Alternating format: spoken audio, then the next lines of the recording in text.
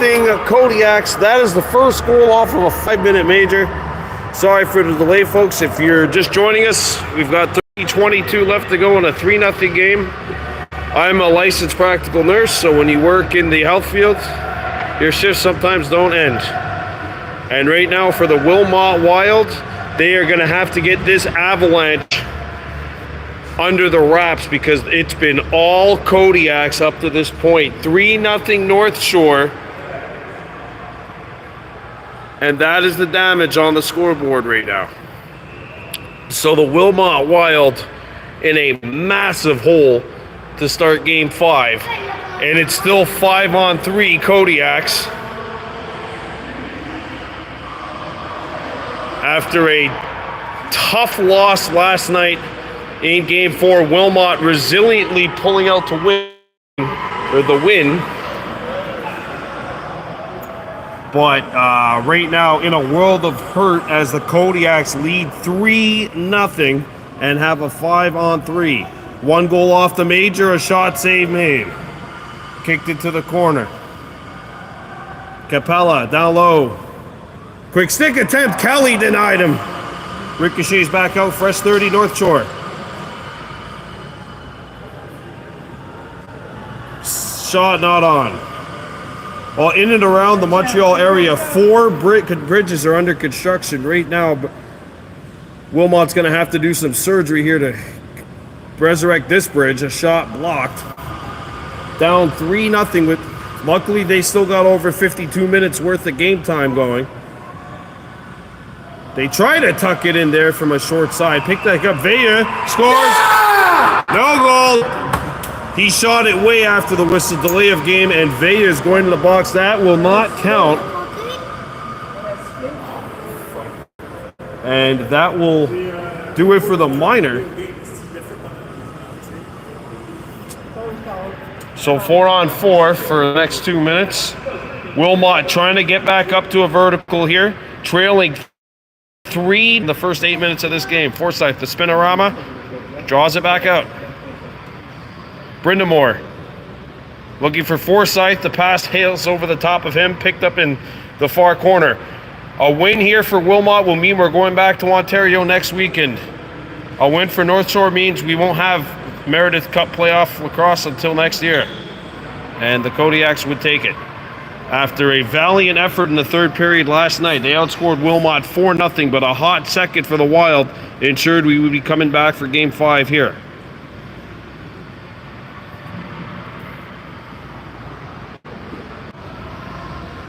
Hopefully the connection is a little bit better now.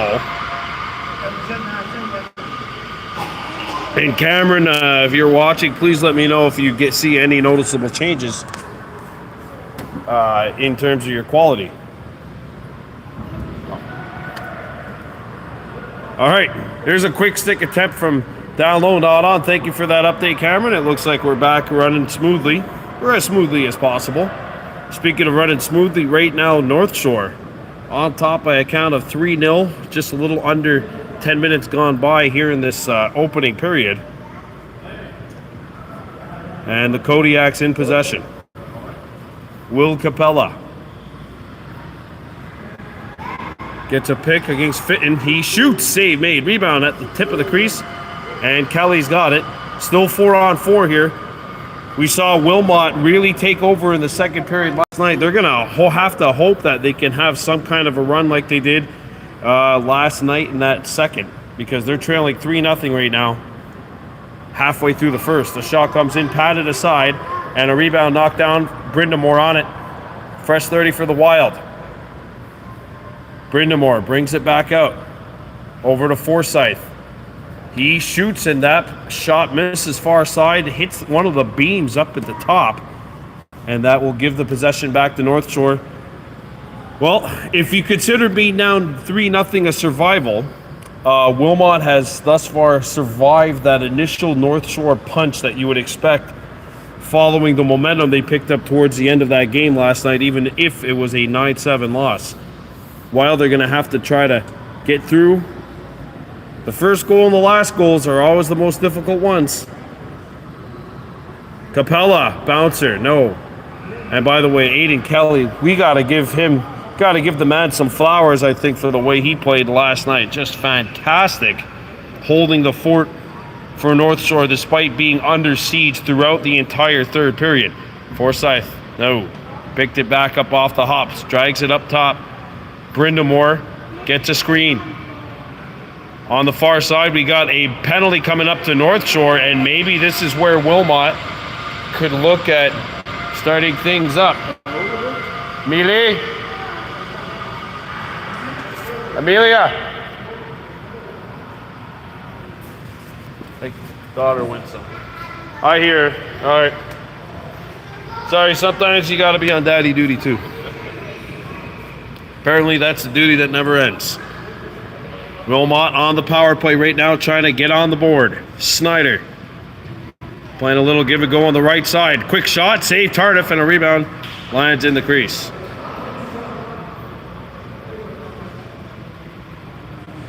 And now Forsyth doing a good job keeping the ball pinned into North Shore territory. 10-second count. Ian Garrison back on the floor today. This is the fourth time in 5 days Ian's been on the floor. I'm not quite sure how he's feeling. Of course, he's the head official today. There's a lot of work behind the scenes. He's out there along with Grenier, who's doing his third straight game, and Francis Cloutier, who was the official in game 4. Brindamore up top. Brennicky, a shot caught, and a rebound will be corralled by Tardif.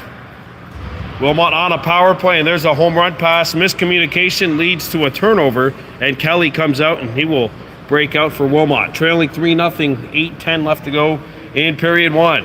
Forsyth swings it over.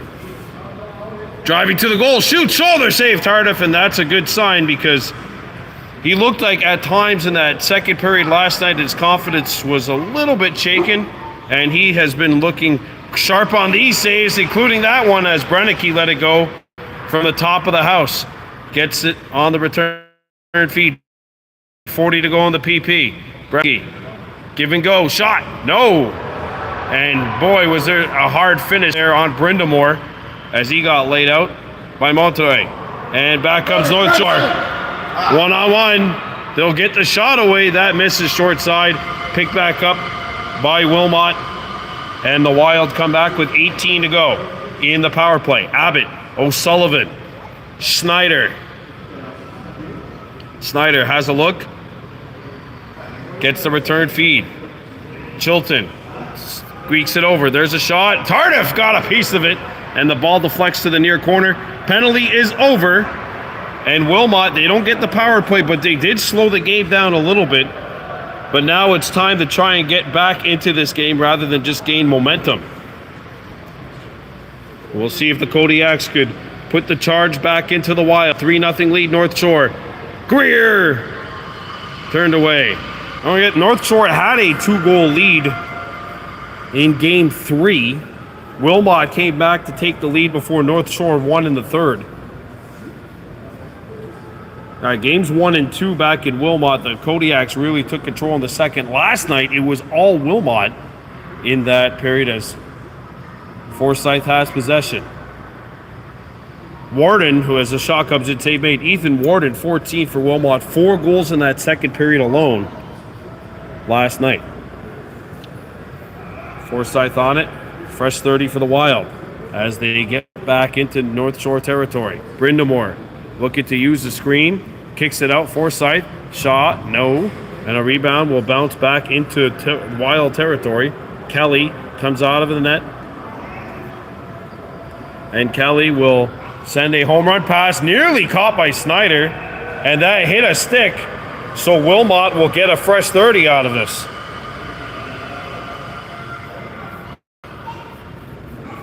Wow. 5:40 to go in the first. North Shore leading 3-0 for a third straight night. It is a whiteout here at Mascouche Arena. Reminiscent of the Winnipeg Jets and the Quebec Nordique. What they used to do when they had playoff games there. Hard to believe it's been 28 years since the Nords moved to Colorado. Snyder. Snyder shooting. Shoulder save. Crease violation anyway.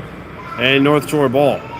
Tardif has looked really good here in the opening period.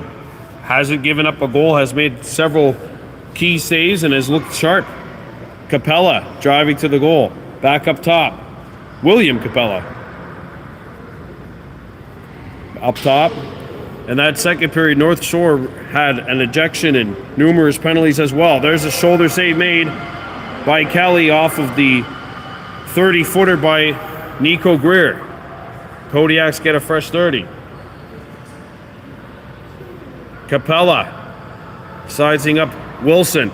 Greer missed it far side, picked up by Wilson off the hop. And Wilson goes to the far corner, and that'll be a moving pick against Wilmot. North Shore ball. Not that teams ever agree on the call, but clearly Wilmot a little upset about that. But a moving pick could be considered a moving pick, right? There's a shoulder save made. Ball trickles away from Kelly, and Wilmot's on it. And back come the Wild. Coverdale swings it out. 3-0 North Shore in Game 5 of this Meredith Cup final. Forsyth. And this could be a potential long partnership here, because we did numerous Kahnawake Junior B Hunters games, road games. They're up in the live area as well. We were live on Facebook for games 3, 4, 5 of the Hunters first round playoff series with the Halton Hills Bulldogs. There's a crease violation against the Kodiaks. And Wilmot brings it back. Daddy, I want my toys. Check the bag. Back comes Wilmot. 3:20 to go in the first. Snyder. We got a whistle and a high sticky call coming up against the Wild. But Ian Garrison here on the near side has another penalty. It looks like we're going to get simultaneous minors.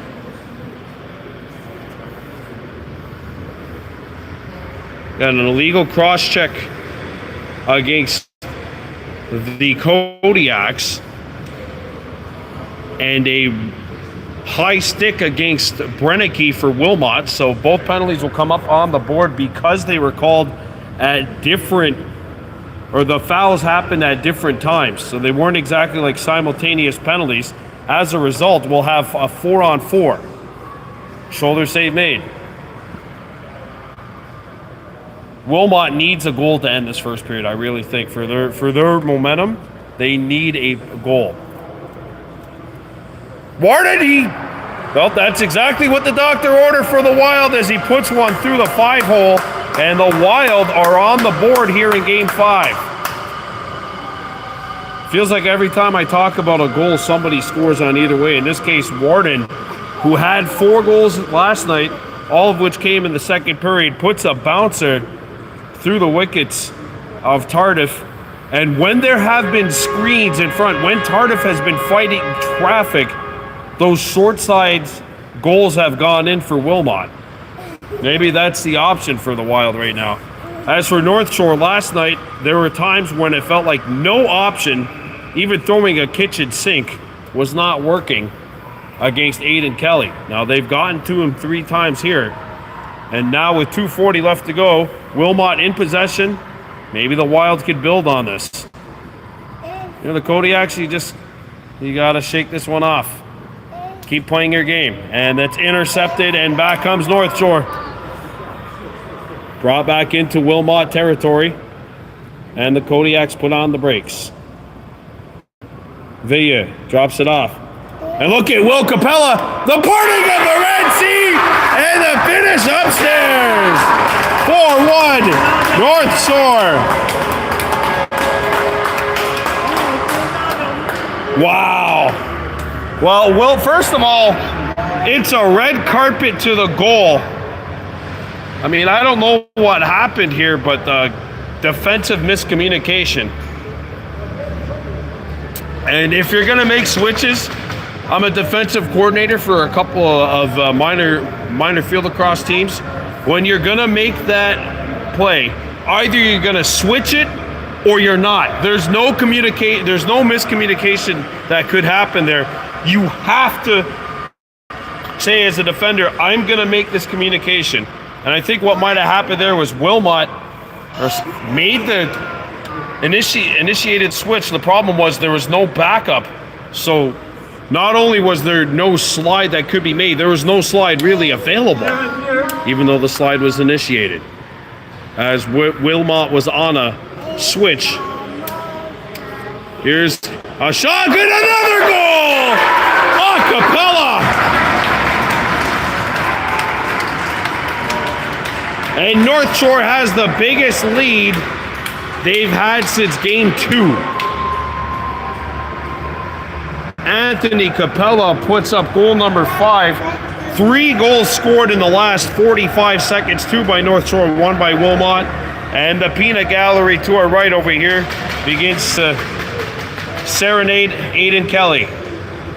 5-1 North Shore and the Kodiaks. This is the best that they've looked since game 2 of this series. Game 1 was more of a seesaw battle. 10-7 win for North Shore. Game 2 won by the Kodiaks, this time more controlling, 9-4. Game 3, of course, the best game of the series up to this point, won by North Shore 9-8. Wilmot, that hot second period to win 9-7 in Game 4 last night. And there is goal number 2 for Anthony Capella. 6-1 Kodiaks. Aiden Kelly asking Ian Garrison for a water break. And that first intermission cannot arrive any sooner for Wilmot. It can't happen soon enough. Wow. 6-1 Kodiaks. So that means 4 goals Daddy. in the last 2 minutes of 58 seconds, yes? Daddy, the small ones are there. Yeah. Are the tiny My daughter pointing out that the kids, the tiny Kodiaks, getting ready to hit the intermission in just a minute 20, but the way the goals have come here, it might take a while. North Shore 3 unanswered, so they scored 3 in a row to start the game. They've scored 3 in a row here after Wilmot got 1, and the Kodiaks have a 6-1 lead. They have possession right now. Plenty of game left, but I mean the Kodiaks are putting this game in a vice grip here at the early going.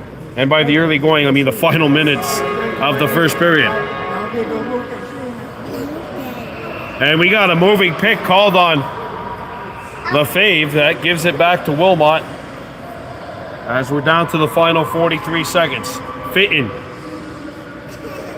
Brindamore drops it back, and away comes Warden. Has a man open in front. The pass nails by Snyder. Good job by Villa there, avoiding his foot in the crease. Down to the final 20, as you heard from a fan over here. This is the last shot possibility. There's a 0.2 second differential between the game and shot clock. William Capella passes it out. There's a shot. Kelly the save. And that is going to do it for this first period. And what a first period for the North Shore Kodiaks. Wilmot has to regroup, go back to the drawing board, and hope that a second period happens the way it happened last night. Wilmot outscored North Shore 6-1 in the second period last night. In the first period of Game 5, North Shore outscores Wilmot by that same margin. It's 6-1 Kodiaks. We're coming back with the second. You're watching coverage of the 2023 Meredith Cup Finals on Baby Blue Memories.